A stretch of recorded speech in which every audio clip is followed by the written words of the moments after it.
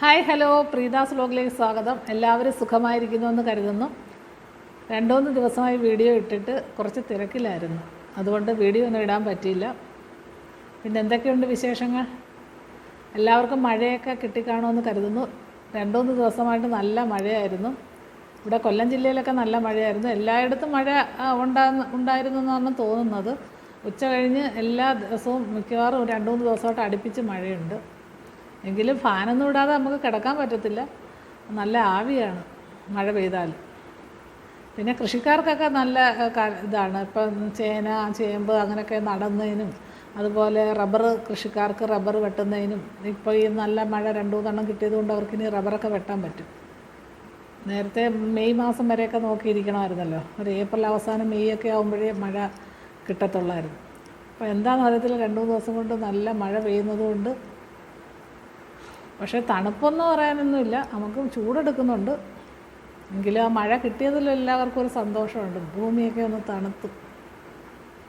പിന്നെ എല്ലാവർക്കും അതിൻ്റേതായ കുറച്ച് അസ്വസ്ഥതകളും അസുഖങ്ങളും ഒക്കെ ഉണ്ട്. മഴ പെയ്തപ്പോൾ എല്ലാവർക്കും പനി, ചുമ ഒക്കെ വരുന്നുണ്ട്. പിന്നെ വയസ്സായവർക്ക് ഇപ്പോൾ ഒരു 50 വയസ്സ് കഴിഞ്ഞ് കഴിഞ്ഞാൽ എല്ലാവർക്കും കാൽമുട്ട് വേദന, മുട്ടിന് തേയ്മാനം, നടുവിന് തേയ്മാനം, കൈക്ക് വേദന, ഇങ്ങനെ പല പല അസ്വസ്ഥതകളാണല്ലോ എല്ലാവരും പറയുന്നത്.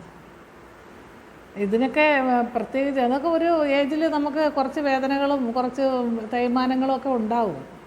പിന്നെ ഇപ്പോഴത്തെ ജീവിത സാഹചര്യങ്ങളിൽ വലിയ എക്സർസൈസുകളൊന്നും ഇല്ലല്ലോ, അന്നേരം പിന്നെ പല പല അസുഖങ്ങളും ഉണ്ടാവാനുള്ള സാധ്യതയുണ്ട്. ഈ എല്ലിൻ്റെ ബലത്തിനൊക്കെ വേണമെങ്കിൽ വൈറ്റമിൻ ഡി ടാബ്ലറ്റ്സൊക്കെ നമുക്ക് ഉപയോഗിക്കാം. ഇപ്പോൾ ഭക്ഷണത്തിലൂടെ എല്ലാ കാൽസ്യം, വിറ്റാമിൻസും ഒന്നും നമുക്ക് കിട്ടത്തില്ലല്ലോ. അന്നേരം ഒരു 50 വയസ്സ് കഴിഞ്ഞവർക്കൊക്കെ വേണമെങ്കിൽ ഡോക്ടറുടെ ഉപദേശപ്രകാരമൊക്കെ വല്ല വൈറ്റമിൻ ടാബ്ലറ്റ്സൊക്കെ ഉപയോഗിക്കുന്നത് നല്ലതാണ്. ഈ വേദനകൾക്കൊക്കെ, ഈ കാൽമുട്ടിന് എല്ലിനൊക്കെ നല്ലൊരു ഇതാണ്. പിന്നെ നമ്മൾ നല്ല നല്ല ആഹാരങ്ങൾ കഴിക്കുക. സാധാരണ ഈ 50 വയസ്സ് കഴിയുമ്പോഴെല്ലാം വയസ്സായി എന്നൊരു തോന്നൽ വരുത്താതെ നല്ല ചെറുപ്പമായി എന്ന് തോന്നേണ്ട ഒരു സമയമാണ്. കാരണം ബുദ്ധിമുട്ടുകളും വിഷമങ്ങളും ഉത്തരവാദിത്തങ്ങളും ഒക്കെ കുറച്ച് ഒഴിഞ്ഞ് അവരവർക്ക് വേണ്ടി അല്പസമയം ജീവിക്കേണ്ട ഒരു സമയമാണ് 50 വയസ്സ് കഴിഞ്ഞുള്ള പ്രായമെന്നാണ് എനിക്ക് തോന്നുന്നത്. കാരണം ജീവിതത്തിൻ്റെ 3/4 ഭാഗം ആയല്ലോ. ഇനിയിപ്പോൾ കുറച്ച് നാളെങ്കിലും നമുക്ക് വേണ്ടി നമ്മൾ ജീവിക്കണം.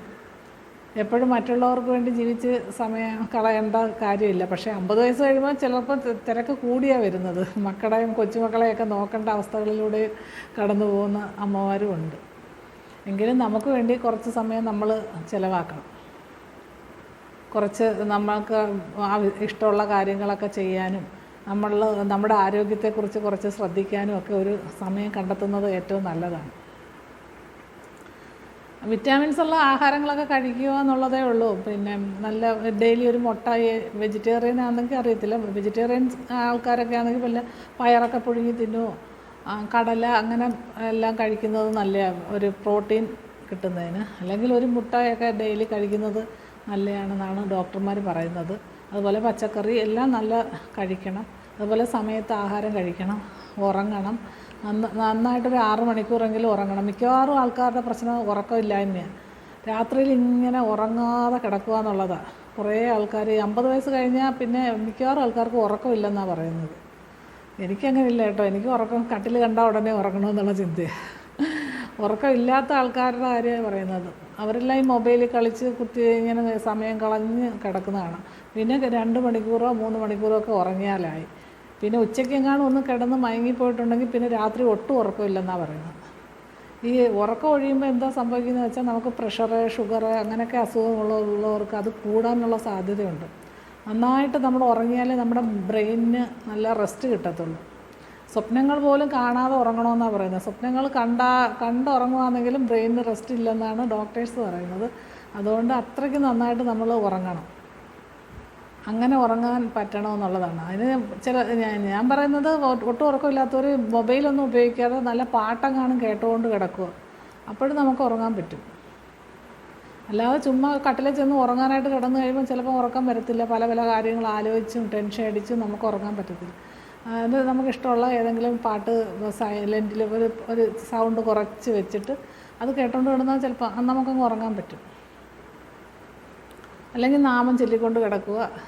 എൻ്റെ അമ്മമ്മയൊക്കെ ആണെങ്കിൽ നാമം ചൊല്ലിക്കൊണ്ട് കിടക്കുക, അപ്പോഴേ ഉറങ്ങുക. നാരായണ നാരായണ എന്നൊക്കെ ചൊല്ലും, അപ്പോഴേ ഉറങ്ങി പോകും. അതുപോലെ എഴുന്നേൽക്കുമ്പോഴും നാരായണ നാരായണ ചൊല്ലി ഹരിനാമകീർത്തനമൊക്കെ ചൊല്ലിക്കൊണ്ട് അമ്മമ്മ എണീക്കുന്നത്.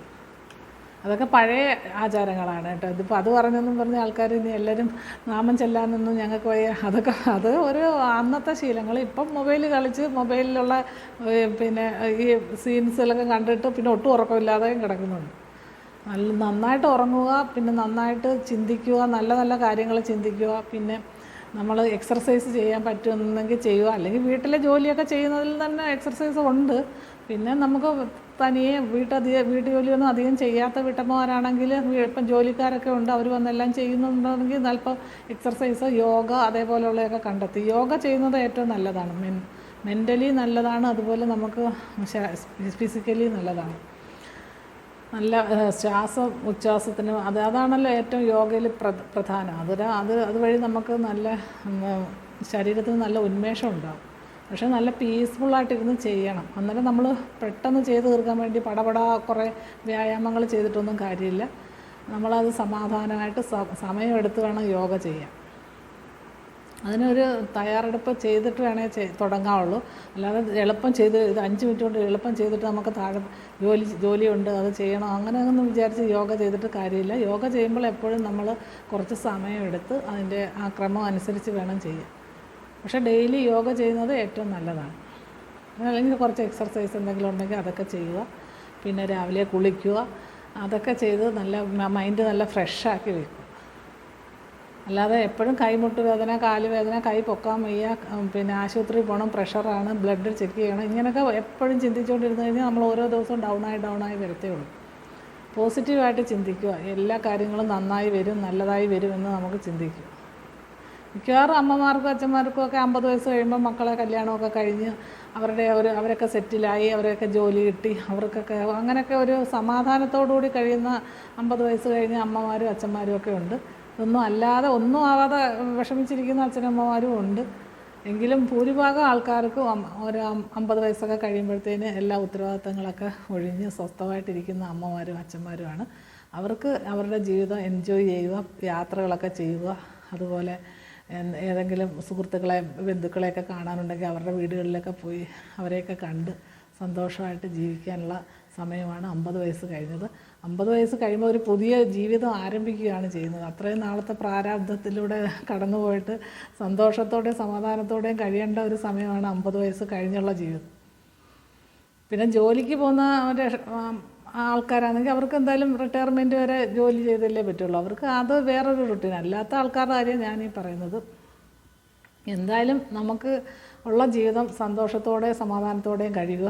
അതുപോലെ 50 വയസ്സൊന്നും ഒരു വലിയ വയസ്സല്ല, ഇതൊക്കെ വെറും നമ്പർ മാത്രമാണെന്ന് കരുതി ജീവിക്കുക. അങ്ങനെ കരുതി ജീവിക്കുന്ന നല്ല ആൾക്കാരുണ്ട്. 70-75 വയസ്സായവരെ പോലും കണ്ടാൽ നമുക്ക് അറിയത്തുപോലും ഇല്ല. 50-55 വയസ്സൊക്കെ തോന്നുള്ളൂ. അതേപോലെ നല്ല വൃത്തിയായിട്ട് ഒരുങ്ങി, അതുപോലെ നല്ല ക്ലിപ്പൊക്കെ തലമുടിയിലെ സ്ലൈഡൊക്കെ നന്നായിട്ട് കുത്തി സ്റ്റൈലിൽ നടക്കുന്ന ആൾക്കാരെ എനിക്കറിയാം. അതുകൊണ്ട് അങ്ങനെ ജീവിതം ആസ്വദിക്കുക എന്നുള്ളതാണ് നമുക്ക് ചെയ്യാനുള്ളത്. ഇപ്പം നമ്മൾ ടെൻഷൻ അടിച്ചിട്ടൊന്നും നമുക്ക് വരാനുള്ള കാര്യങ്ങളൊന്നും മാറിപ്പോകത്തൊന്നുമില്ല. വരാനുള്ളതൊക്കെ വരും. അതിനെയൊക്കെ ഓർത്ത് ഇങ്ങനെ ടെൻഷൻ അടിച്ച് ഇനിയിപ്പം വയസ്സായി, ഇനിയിപ്പം ഞാൻ എവിടെയെങ്കിലും അങ്ങ് ചുരുണ്ടുകൂടി ഇരിക്കാം എന്നുള്ളൊരു ചിന്തയൊക്കെ മാറ്റി വെച്ച് നല്ല എനർജറ്റിക്കായിട്ട് പോസിറ്റീവായിട്ട് ചിന്തിച്ച് ജീവിതത്തെ നേരിടുക എന്നുള്ളതാണ് എനിക്ക് പറയാനുള്ളത്. അങ്ങനെ വേണം എല്ലാവരും ജീവിക്കാൻ. ഇതൊക്കെ എൻ്റെ അഭിപ്രായമാണ് കേട്ടോ. അതുകൊണ്ട് നിങ്ങളും അതേപോലെ ചിന്തിക്കുക എന്നുള്ളതാണ് ഞാൻ പറഞ്ഞത്. അതുകൊണ്ട് 50-60 വയസ്സൊക്കെ വെറും നമ്പറാണെന്ന് കണക്കാക്കി ജീവിതത്തിൽ വളരെ സന്തോഷമായിട്ടിരിക്കാൻ ശ്രമിക്കുക. അതേപോലെ എല്ലാ കാര്യങ്ങളും പോസിറ്റീവായിട്ട് ചിന്തിച്ചുകൊണ്ട് സന്തോഷത്തോടെ ജീവിക്കുക. മറ്റൊരു വിഷയവുമായി നാളെ കാണാം. ബൈ.